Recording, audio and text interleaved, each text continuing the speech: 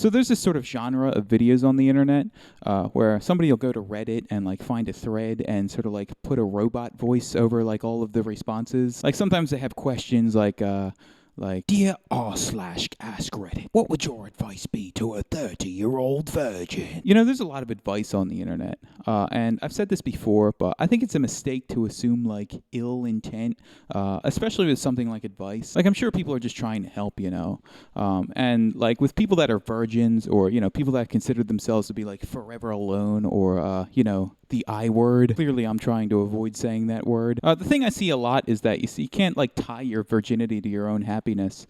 That you sort of have to make yourself happy like in other ways first, and then like, oh, the girls are come flocking. Like I can't speak for anybody else, but I can tell you that I'm generally not unhappy.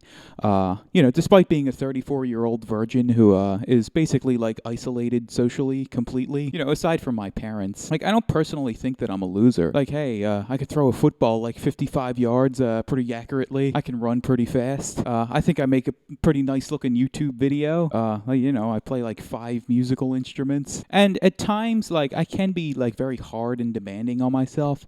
But I'm not the type of person that would like base my entire value on something as stupid as like, have I had intercourse before? Maybe some people think that way, but I definitely don't. Like, I don't think people quite understand the nature of the problem. And like, it's not their fault because how could they possibly know? I don't even think that I fully understand what it is.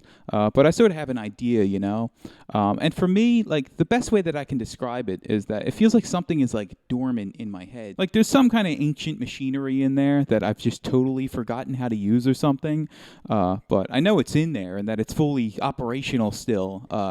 But I just can't remember how to turn the damn thing on. And you see people saying like, it's no big deal that you're a virgin at 34 and have no friends. And like, I totally agree with that, Like, I don't think it's a reflection of my value as a person that, I'm in this situation. But like, I'm just not okay with dormant machinery in my head. Like, just because I don't think I'm a loser, doesn't mean that I'm like okay with this. And I'm kind of thinking that social anxiety isn't my issue either. Like I say that I have social anxiety sometimes, but I'm really not so sure about that. Like I think about my normal everyday interactions with people, and I can't say that it like makes me nervous at all. Like I could talk to cashiers and stuff just fine, and like even make small talk with them. And crowds don't really bother me either. Like I think I may have had a little bit of social anxiety when I was younger, and I think maybe I sort of like still reflexively like pay lip service to the idea that I am still. But I don't really think that I have that anymore. I think it's more likely that I'm just a rational human being that doesn't want to bother strangers, that I don't want to just like coldly approach people that I don't know, because I can place myself on the other side of that situation, and like I don't want to be that guy, and I don't think any of you would want to be that guy either. Like nobody wants to bother people that they don't know. And the thing with that is that like I can sort of imagine social situations where I'm not socially anxious at all. Like I can imagine like maybe a long lost friend from my youth suddenly calls me and is like, hey, Adam, I was thinking about you lately, and I don't know why, but let's go on a road trip or something. And he like shows up, and I get in the car, and after like 15 minutes of talking, like we're right back to where we were when we were like 13 years old. And maybe we drive to like Florida or something, and like we stop at like restaurants along the way. And when we get there, we like meet up with his friends down there, and we just have like a good time or whatever. And I make a bunch of new friends in the process. And that's actually happened before. Like I didn't drive to Florida, but my friend who moved away when I was 13 years old, like just suddenly came back one day, and he drove over and like brought me to his place, and like I just hung out with him and his friend, and it was like a week long, and it was great. And I was like 24 at the time, but it was like the first time I was ever away from my parents for more than like a day, and the last time too, by the way. And I met new people, and like I had absolutely zero anxiety about it. It was just fun, and we ordered pizza, and we were like making fun of Nick Jr. cartoons. And after it happened, I felt like my brain had been like marinating in some kind of like magical healing fluid. Like, oh, okay, this is exactly what I was missing. I can see clearly again, and everything looked different and like more vibrant. I almost want to use the word rapturous. Like the ancient machinery in my head finally came back online.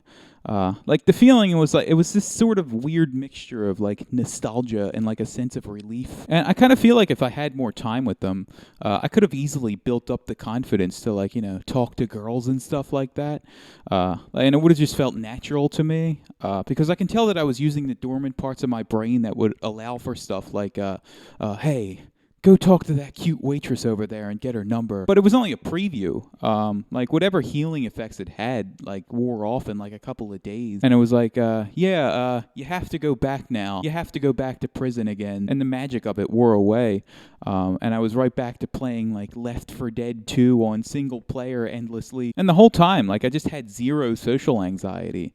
Like it was just exciting and fun to meet new people. There was no like, oh, you have to put in the hard work of putting yourself out there and meeting people and, maintaining friendships. Push through the weird feeling and just approach complete strangers, bro. Like there was just none of that. Like I just instantly connected with these people because I was a childhood friend with someone that knew them. And I even maintained contact with one, and like he'll still occasionally message me actually. Like there's such an emphasis like in the advice that people give on like, like pushing through discomfort or like, doing things that you don't feel comfortable doing. But I feel like that's sort of a misguided approach because like I feel like forcing things in that way just never ends well. In the same way that like, like telemarketers are annoying because like they're trying to force money out of your pockets. Like when is the last time you genuinely wanted to buy something from a telemarketer? Like when is the last time you responded with anything but suspicion when a complete stranger approaches you for no reason? Like there's a good reason for why these things don't feel comfortable, I don't want to pry friendship out of anybody. Like maybe that can be somewhat effective temporarily, like,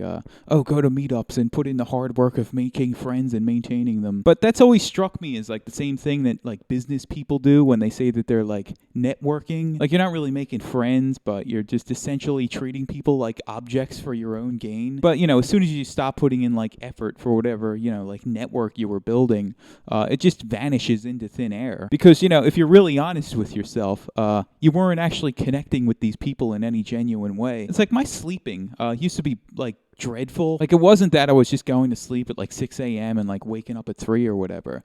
It was that the times that I would go to sleep kept constantly drifting forward. Like one night I would go to sleep at 6 a.m., then the next night it would be 10 a.m., then the next day it would be like 1 p.m., then it would be 3, then it would be 7. And this probably went on for like 4 years, just this sort of consistent drift forward in my sleeping. And I can tell you that there's probably nothing more depressing than waking up at like 6 in the evening, especially during the wintertime when it gets dark out earlier. And just so many times like I tried to correct it by like forcing myself to sort of like wake up consistently at a certain time. Like, oh, I'm going to wake up at like 10 a.m. no matter what, and my sleeping will eventually correct itself. But none of that really ever worked, like none of the relaxation techniques like, try reading a book before bed to get tired.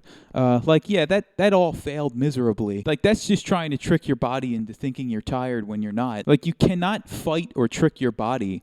Like you're not going to pry a good sleep schedule out of your body. Your body's going to do what it's going to do, and that's that. Yeah, but it wasn't until like I quit smoking that my sleeping ever changed for the better. Like 2 days after I quit smoking, like I went to sleep at a normal time and woke up at a normal time. And that was nearly 5 years ago, and I have not had a bad night of sleep since then. I go to sleep at like 11 and like wake up at 7 or so, and I do this every single night without even trying, and it's wonderful. Like you cannot believe how good I sleep every night. And it wasn't a matter of like, you got to put in the hard work of fixing your sleep schedule. It was just a matter of finding the hidden solution, which was apparently quitting cigarettes. Like I wasn't even expecting my sleeping schedule to correct itself when I quit smoking, but it did. Like what equivalent thing do I need to do to become social again? Like what metaphorical cigarettes do I need to quit smoking for this problem to correct itself? Like that's what I need to figure out, Like obviously I was able to make genuine connections at some point in my life without feeling like I was working for it. Like I had plenty of friends when I was a kid. Like how do I remember how to do that? Like,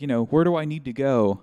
What situation do I need to put myself in? Like this isn't a push-up contest. It's a fucking reawakening. If I could give myself that clarity of vision that I had like right after hanging out with my friend for that week, if I could do that right now, like I kind of wonder if I'd be horrified by my situation. Like, dude, you're 34 and a virgin and have no friends, and you're making YouTube videos about it? Just what the hell do you think you're doing? Like I say, it doesn't bother me at all.